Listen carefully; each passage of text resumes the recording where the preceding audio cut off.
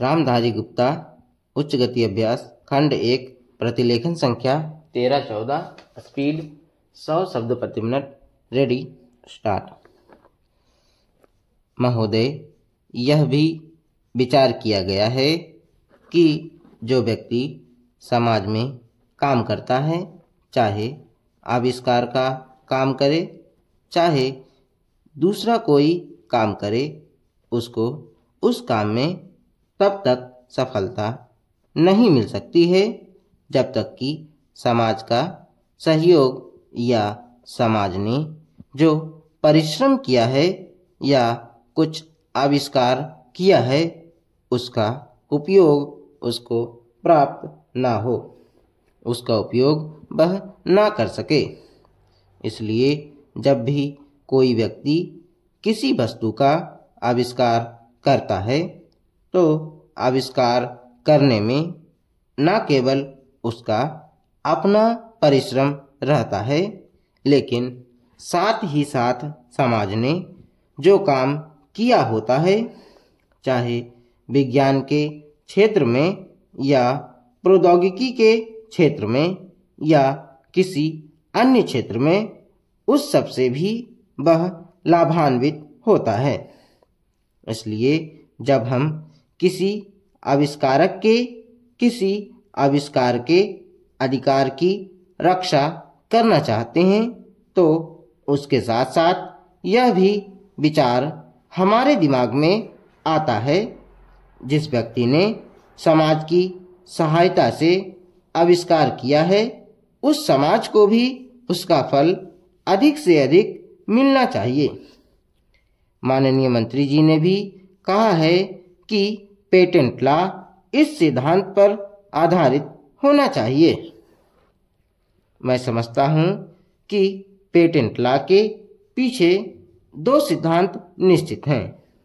पहला सिद्धांत तो यह है कि जो व्यक्ति परिश्रम करके, धन लगाकर, अपना दिमाग लगा करके किसी वस्तु का आविष्कार करता है, उसके तथा अपने परिवार के लोगों के अधिकारों की जहां रक्षा होनी चाहिए, उसके साथ ही साथ, जैसा मैंने अभी कहा है, कोई व्यक्ति समाज में व्यर्थ में काम नहीं करता है, वरन पिछले समाज के लोगों ने जो जो काम किए होते हैं, चाहे विज्ञान के क्षेत्र में या प्रौद्योगिकी के क्षेत्र में या किसी अन्य क्षेत्र में, और जिनके आधार पर वह कोई आविष्कार करता है, उसको उसका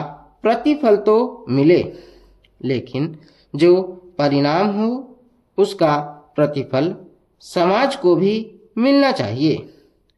मंत्री महोदय ने कहा है कि जो यह सिद्धांत है वह भी इस विधेयक के पीछे स्थापित किया गया है और इस बात का ध्यान रखा गया है कि जहां हम किसी व्यक्ति के आविष्कार के जो अधिकार हैं, चाहे धन के उपार्जन का अधिकार हो या प्रतिष्ठा प्राप्त करने का अधिकार हो, उसे प्रतिष्ठा का और चाहे धन का, दोनों का लाभ व्यक्ति विशेष को भी मिले।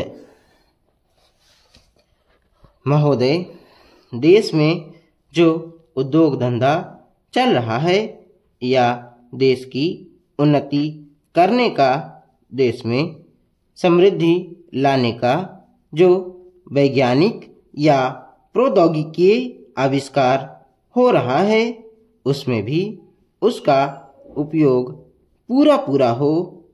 यदि ऐसा हो तभी मैं समझता हूँ कि हमारी पेटेंट प्रणाली सफल सिद्ध हो सकती है। यह प्रश्न उठ सकता है कि किस सीमा तक व्यक्ति के अधिकार की रक्षा की जाए और किस सीमा तक उसके अधिकार का हनन किया जाए, ताकि समाज का अधिक से अधिक लाभ हो। समाज उसका अधिक से अधिक उपयोग कर सके। एक दृष्टिकोण जो इसके पीछे है, हमें इस बात का अभिमान है कि हम 101 करोड़ हैं। हमारी कई जातियां, कई धर्म, कई भाषाएं और कई प्रकार के रीति रिवाज हैं।